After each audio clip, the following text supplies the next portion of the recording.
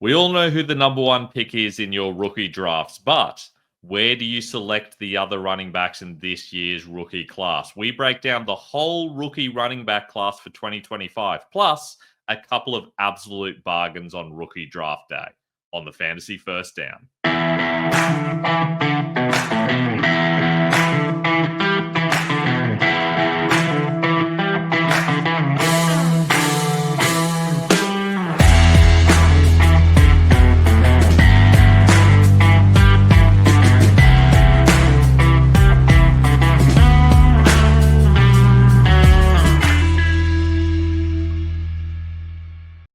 I'm Ben Wasley. Welcome to the Fantasy First Down. Today we're talking running backs. We know Jeanty is going to be the first man off the board in pretty much every single rookie draft, but there's plenty of other guys in what is a very strong running back class this year. So we're going to be breaking that all down in a second. First, please make sure you like and subscribe on YouTube. That really helps us out. Plus, if you want to check out our other rankings, you can go over to ffdfantasyfootball.com. We're rejigging the website at the moment, and the new one might even be up right now while you're watching that video. So please make sure you let us know if you've got any feedback. Plus, if you've got any questions on your rookie drafts, hit me up on Instagram at the Fantasy First Down or message me on Twitter at Fantasy First Down with no O. But today, let's talk running backs. Let's get started. Let's talk Jeanty. He should be the number one guy off the board in your rookie drafts. The reality is that this is a relatively weak class, especially offensively, with no particularly strong quarterbacks, mediocre wide receiver class, couple of good tight ends, but nobody I'd take anywhere close to Jeanty.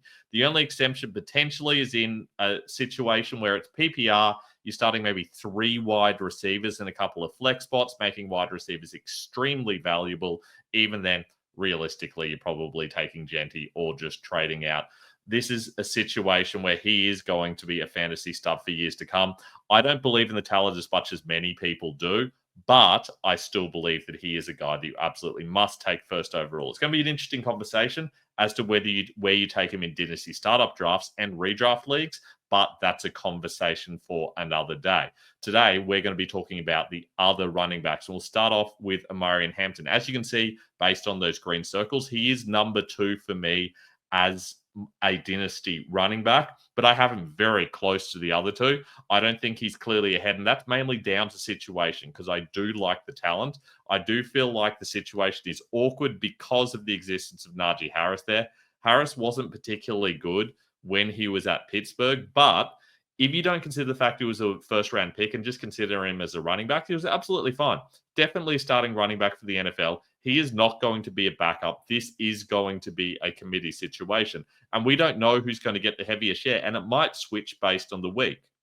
I do like Hampton. He is quick, but he's not massively fast, long distance, so he's not going to break off a lot of massive runs. He is great at the goal line, but so is Najee Harris, so that's not exactly a different skill. He's a good receiver, but I don't know. Harris is a solid receiver as well. Again, he's good. Actually, I'd say he's great after contact, but I don't know. This is starting to feel like someone. It's starting to feel like Najee Harris. They're basically similar backs. Harris probably slightly bigger, but ultimately Hampton's a very solid player. I just don't know that I love him in this range. For that reason, I'm definitely taking him behind the likes of McMillan and Hunter.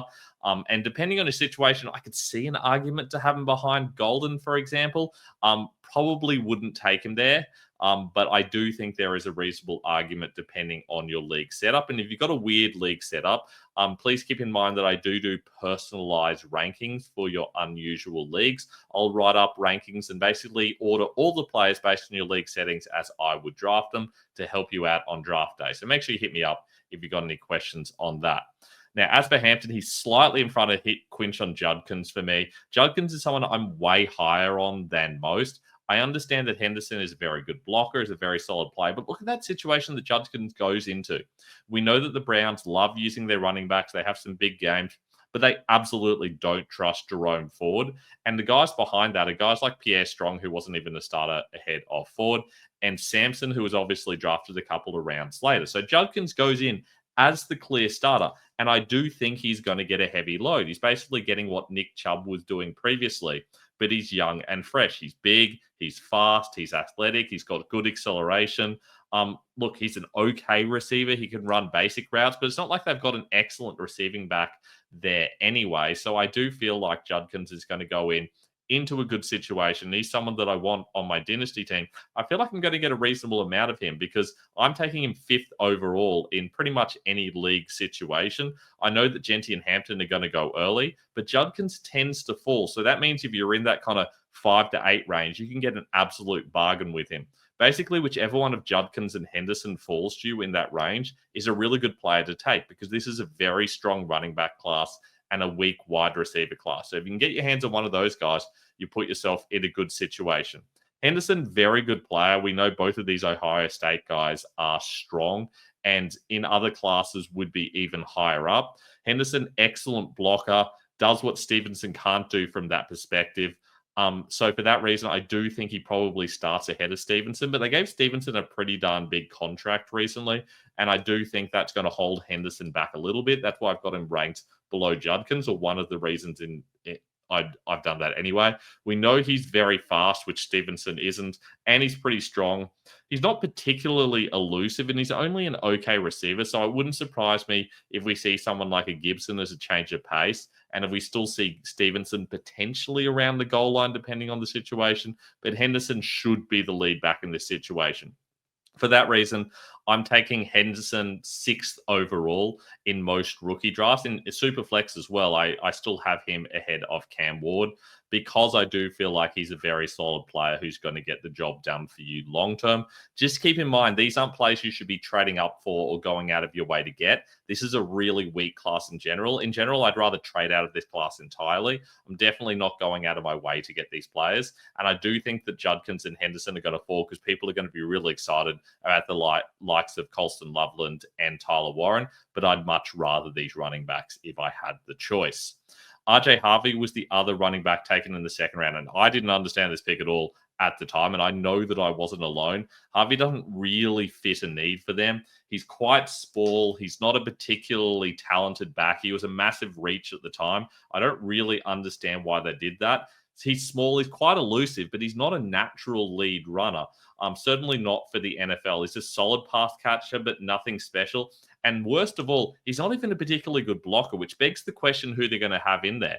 You'd have to feel maybe McLaughlin, but McLaughlin and Harvey aren't that different in the type of player they are. So does that mean Estime gets a role this year? This is a really ugly situation.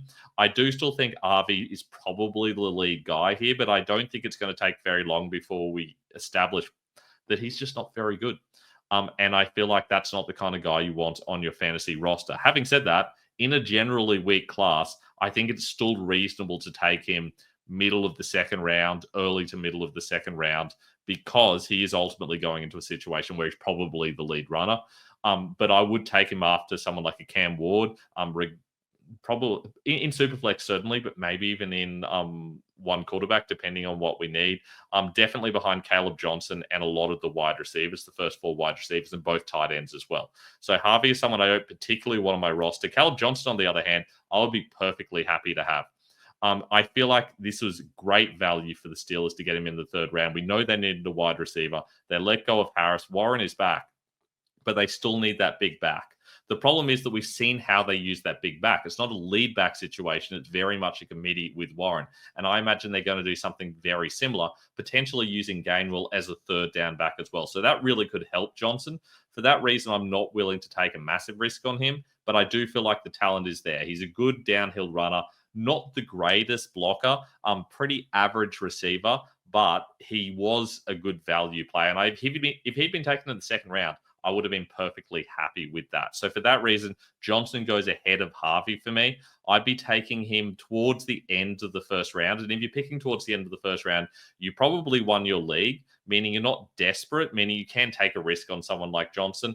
Having said that, I feel like the upside is relatively limited because of his limited blocking and his limited receiving ability. So he is more of someone that's going to come in and do a solid job for you, but I'm not going out of my way to get him. And for that reason, I would prefer to take him if I'm struggling a bit at running back and I need a play that I know is going to get some points, but not necessarily a lot. I also think in PPR, he loses value as well. So he's in that range of the likes of Colston Loveland and Luther Burden and guys like that, Trey Harris. It really depends on what you need, your roster construction, and what sort of players you're looking for to fill out your roster.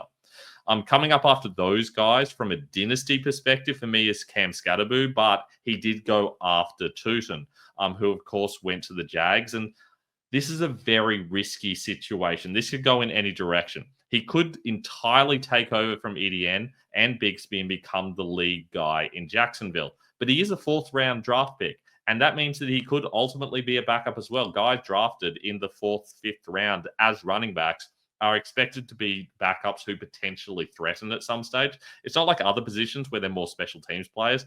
They are more backups. But running back is a very replaceable position. It is possible that we see Tootin come in and take over this role because he does have something the other two don't have, which is a little bit of something special, a little bit of speed, a little bit of explosiveness. I think he could threaten for that starting role, but he could do absolutely nothing as well.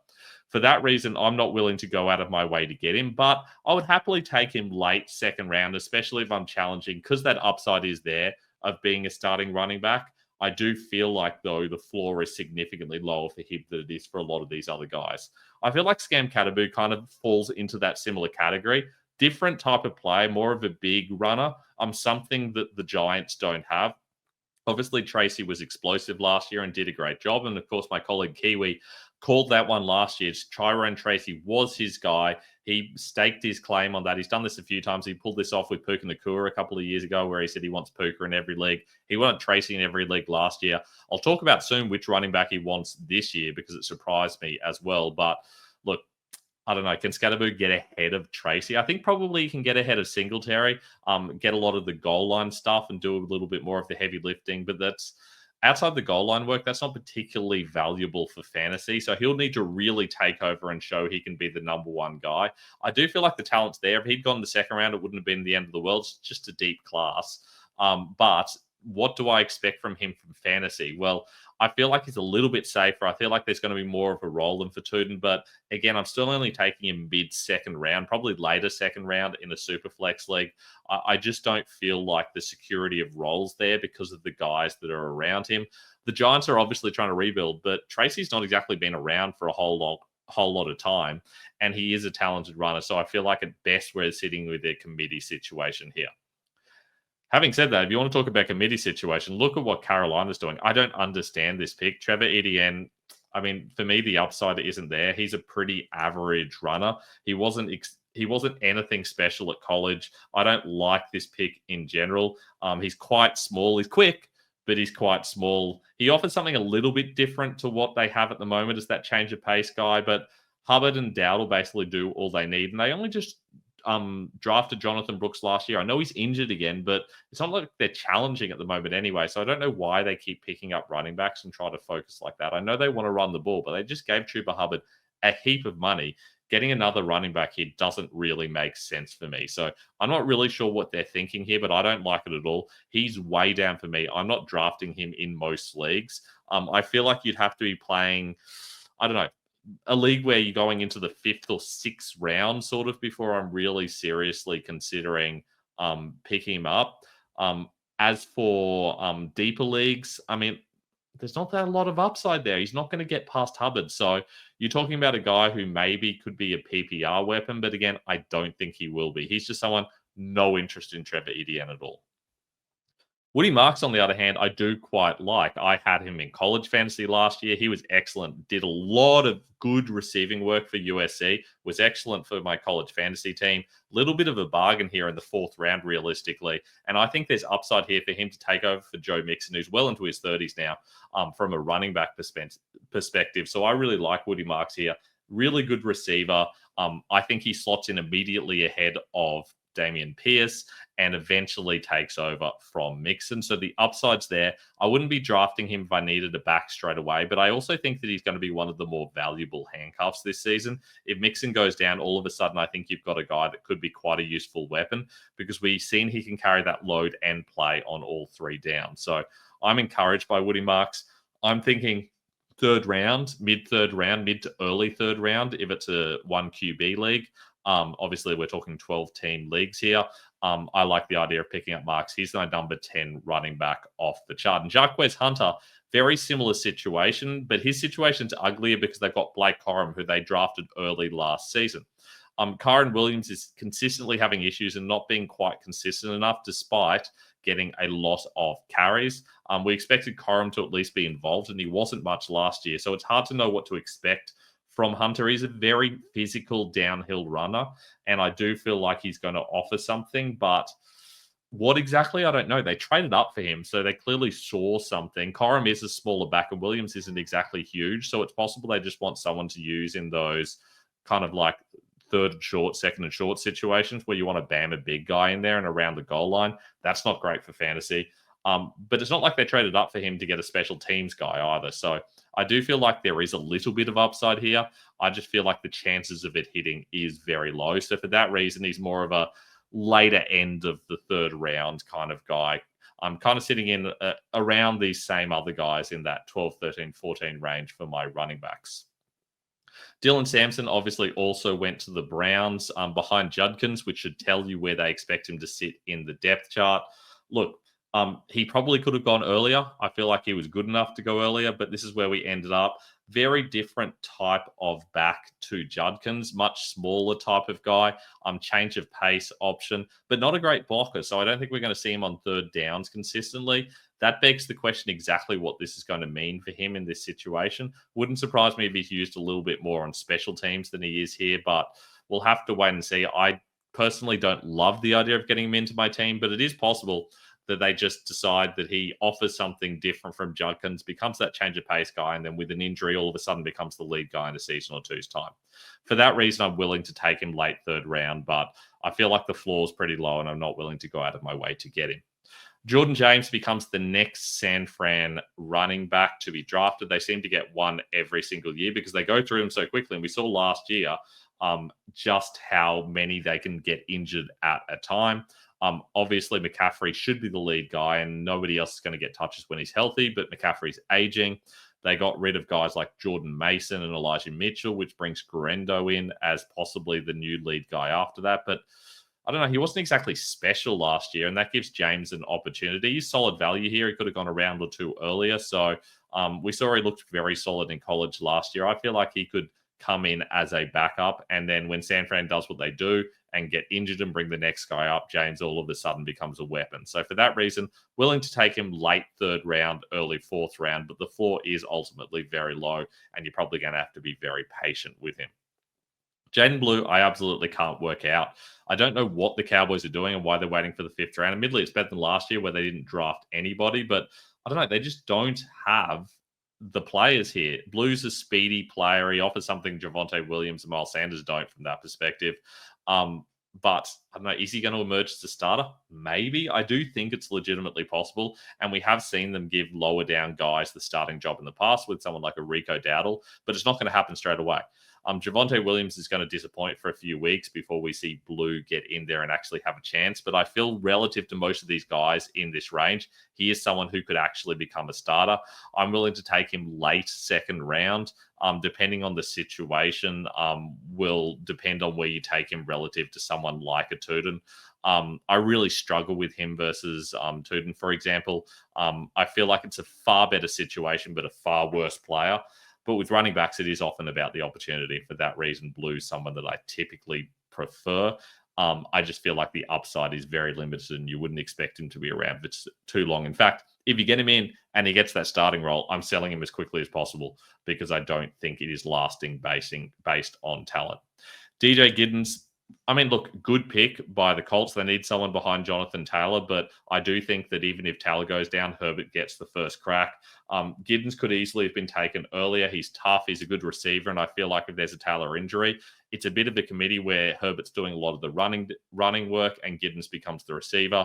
That's good for the Colts, but it's not great for fantasy. So for that reason, not going out of my way to get him. He's more of a fourth round guy, probably early-ish fourth round would be a reasonable spot for him. Depending on the situation, if it's super flex, probably later fourth round, depending on what needs you have on your team. But I think the chance of him being heavily involved at any time is low, but I do think it's possible. Ollie Gordon is the next Miami wide receiver we came through, and this is way later than I expected to see him.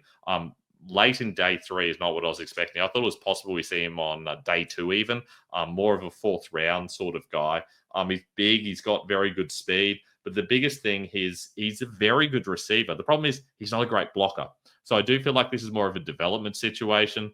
Alexander Madison's definitely a solid block, but he doesn't offer very much else. We haven't really seen what to expect out of Wright, but we've seen that Achane can't get the job done by himself.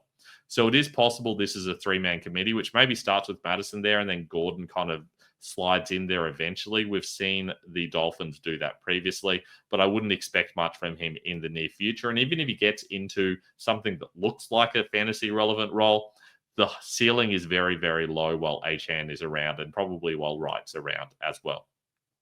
Another player that goes into a situation with a crowded depth chart that could clear up depending on what happens is Devon Neal.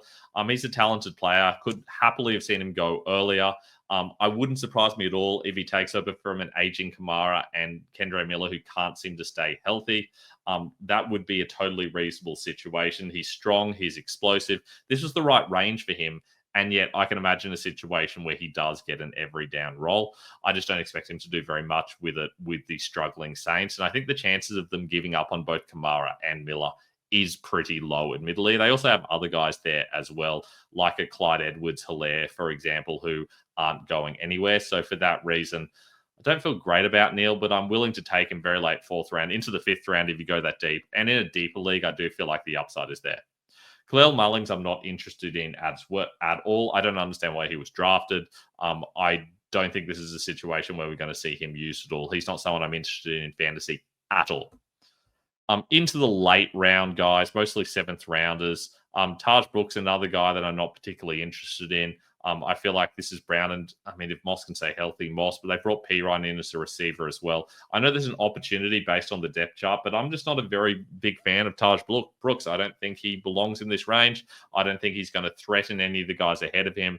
I think there's very little point in taking him for fantasy. I'm plain not interested. Damian Martinez, once we're getting into the 7th round, we're mostly looking at guys who are kind of special teamers anyway, but some of these guys are an exception. Martinez is not one of them. I feel like he's a solid player. I would happily have seen him earlier on day 3, but ultimately he's clearly behind Walker and Charbonnet, and I don't think those guys are going to be going anywhere, certainly not this season anyway. So you can hold on to him, but you'd want to be in a deep league where you've got deep benches to make it worth your while. And here's the guy that my colleague Kiwi loves talking about. He's a big fan of Brashard Smith. He called it with Tyrone Tracy last year, and he also called it the year before with Puka Nacua. Now, I will point out the year before he said that Cole Turner was going to be a stud. And if you don't know who that is, that's probably because he hasn't been. He has been very disappointing as a tight end for Washington. But Brashard Smith is someone that I can kind of see what he's talking about here. This is a relatively open depth chart. They do have a history of using day 3 or at least later round running backs and giving them opportunities. Pacheco's been solid, but he hasn't looked the same since that injury. Kareem Hunt is aging. You can't expect him to get that lead role. And Elijah Mitchell is constantly injured as well. Wouldn't surprise me if he doesn't even make the roster. Smith offers a little bit of something. He was a very solid pick in this range. He's a good receiver. I can see the upside. Where would I draft him, though? That's kind of the tough one. You probably don't need to take him late 3rd round, but I don't think it would be crazy to. If there's no one else you love, I feel like you could, but more of a 4th round guy for me, someone I'd happily take a gamble on in the 4th round.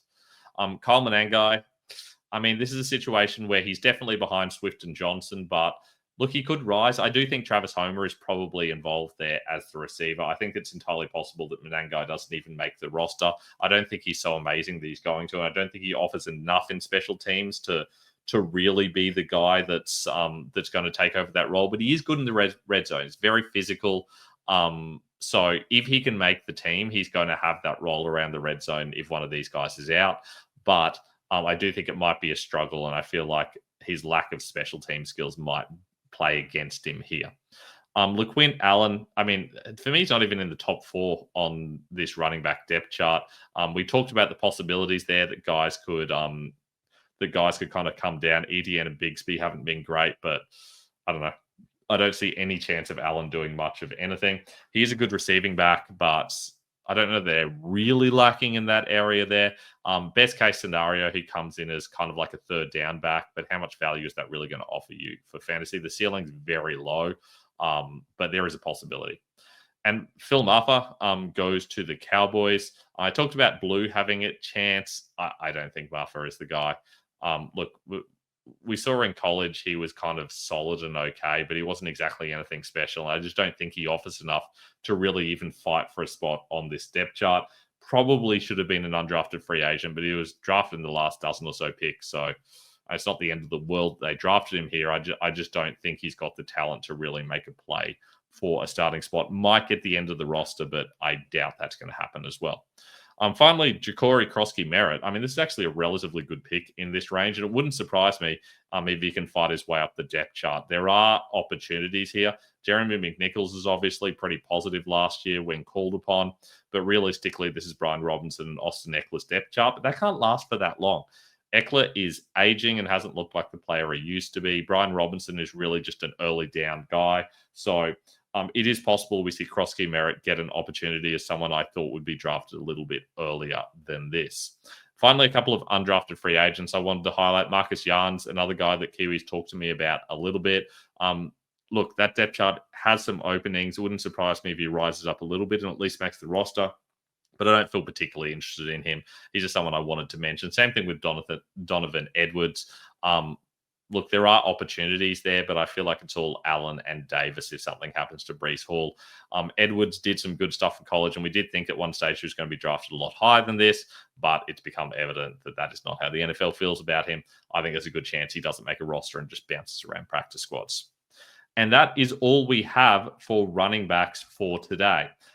As always, please make sure if you've got any questions, let me know in the comments or message me on Instagram or on Twitter. If you could like and subscribe, that would be great. And if you want my full rankings and all my other positional stuff, go to ffdfantasyfootball.com.